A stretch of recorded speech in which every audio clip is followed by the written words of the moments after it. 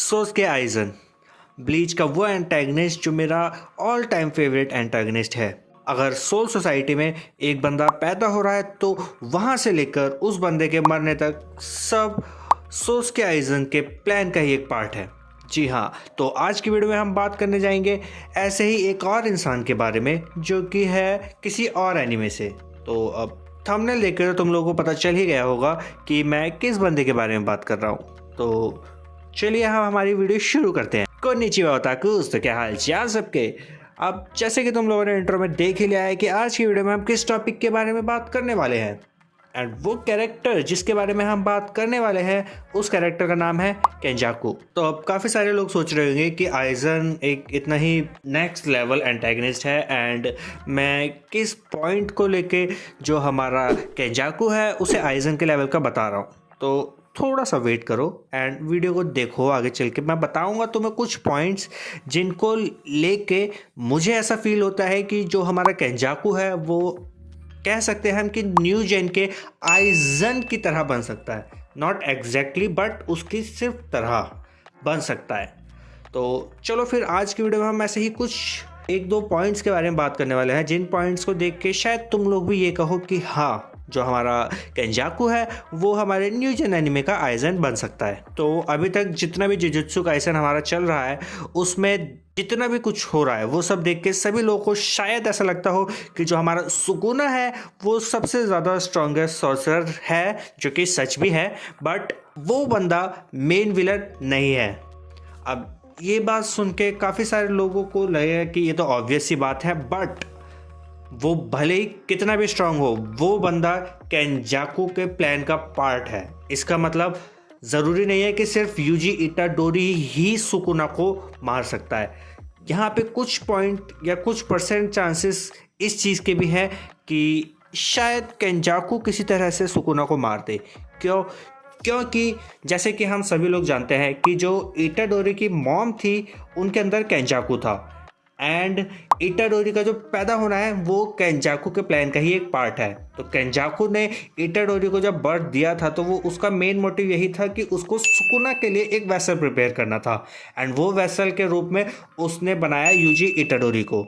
And यही reason है कि जो हमारा केंजाकू है उसे शुरू से ही इटाडोरी पे इतना ज़्यादा भरोसा है, क्योंकि जो हमने सीज़न 1 में देखा था कि जो सुकुना है जब इटाडोरी का दिल निकाल देता है तो उस पॉइंट पे सभी लोगों को लगता है कि जो हमारा इटाडोरी है वो मर जाएगा, लेकिन उस पॉइंट पे भी जो हमारा केंजाकू है उसको एक सेकंड के लिए भी ये डाउट नहीं होता, और वो जानता है कि जो हमारा इटाडोरी है वो मरेगा नहीं बल्कि वो वापस जिंदा हो जाएगा। एंड उसके अलावा देखा जाए तो एक केंजाकू जैसा बंदा जो कि इतना स्मार्ट है, सुकुना को रिवाइव करने के पीछे उसका क्या रीज़न होगा। जैसे कि हमने मांगा के चैप्टर 232 में देखा था कि जो केंजाकू है वो चोजो को अपना रियल गोल बताता है, जिसमें वो बताता है कि उसका जो मेन गोल है केंजाकू का वो है कि उसको जो मास्टर टेंगेन है उसे नॉन सॉर्सरर्स के साथ फ्यूज करके एक ऐसी कर्स स्पिरिट बनानी है जिसकी रियल फॉर्म क्या होगी वो तो केंजाकू भी नहीं जानता, पर वो कर्स स्पिरिट होगी अनस्टॉपेबल। लेकिन वो कर्स स्पिरिट सुकुना नहीं है, क्योंकि केंजाकू ने जो सुकुना को रिवाइव करने का पूरा प्लान बनाया है वो सारा का सारा प्लान उसने सिर्फ टेंगेन की बॉडी को हथियाने के लिए बनाया है। क्योंकि अगर उसे टेंगेन तक पहुंचना है तो जुजुत्सु हाई के जितने भी सारे स्ट्रॉन्ग सॉर्सरर्स हैं उनको मारने के लिए केंजाकू भी जानता है कि उसके पास कोई भी कर्स स्पिरिट अभी ऐसी नहीं है जो कि जुजुत्सु हाई के बहुत ही सारे जो हमारे स्ट्रॉन्ग सॉर्सरर्स हैं उनको मार दे। तो उन सॉर्सरर्स को मारने के लिए ही केंजाकू ने अभी तक जो हमारा सुकुना है उसको रिवाइव करने का प्लान बना रखा था। एंड केंजाकू ने अगर सुकुना को जिंदा छोड़ दिया तो यहाँ पे चांस है कि जो सुकुना है वो केंजाकू के प्लान में बहुत ज़्यादा अड़चन डाल सकता है। तो मे भी यही रीज़न हो सकता है कि जो हमारा केंजाकू है वो सुकुना को किसी तरह से हराने का प्लान भी जानता है, इसीलिए उसने सुकुना को रिवाइव किया है सिर्फ अपने प्लान के मोटिव से।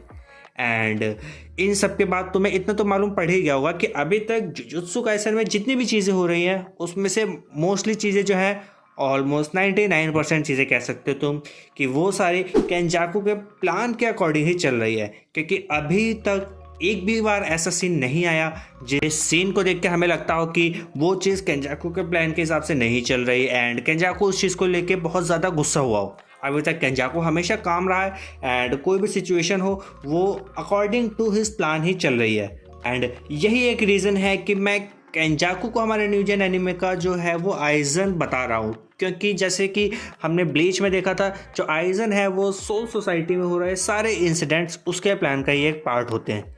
यहाँ तक कि उजू एंड इचिगो का पैदा होना भी हमारे आइजन के प्लान का ही एक पार्ट था। ठीक उसी तरह से जो हमारा जुजुत्सु काइसन वर्ल्ड है, इसमें यूजी इटाडोरी का पैदा होना भी जो है हमारा केंजाकू के प्लान का ही पार्ट था। एंड केंजाकू का मेन गोल अब जब हमें पता चल गया है तो यही एक रीज़न भी हो सकता है कि केंजाकू ने जो है गेटो की बॉडी पे अपना कब्जा किया हो, क्योंकि उसे नॉन सॉर्सरर्स और टेंगेन की बॉडी को आपस में मर्ज करना है।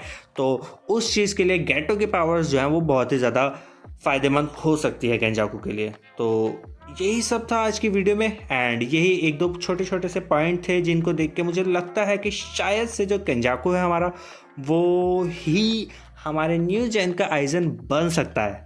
तो अगर तुम लोग के इस पॉइंट के बारे में जो राय है तुम कमेंट सेक्शन में ज़रूर बताना। एंड आज की वीडियो में इतना ही। अगर तुम्हें वीडियो पसंद आई हो तो वीडियो को लाइक करना, चैनल को ऐसी ही इंटरेस्टिंग वीडियोस के लिए सब्सक्राइब करना। मिलते हैं हम अगली वीडियो में, तब तक के लिए सायोनारा।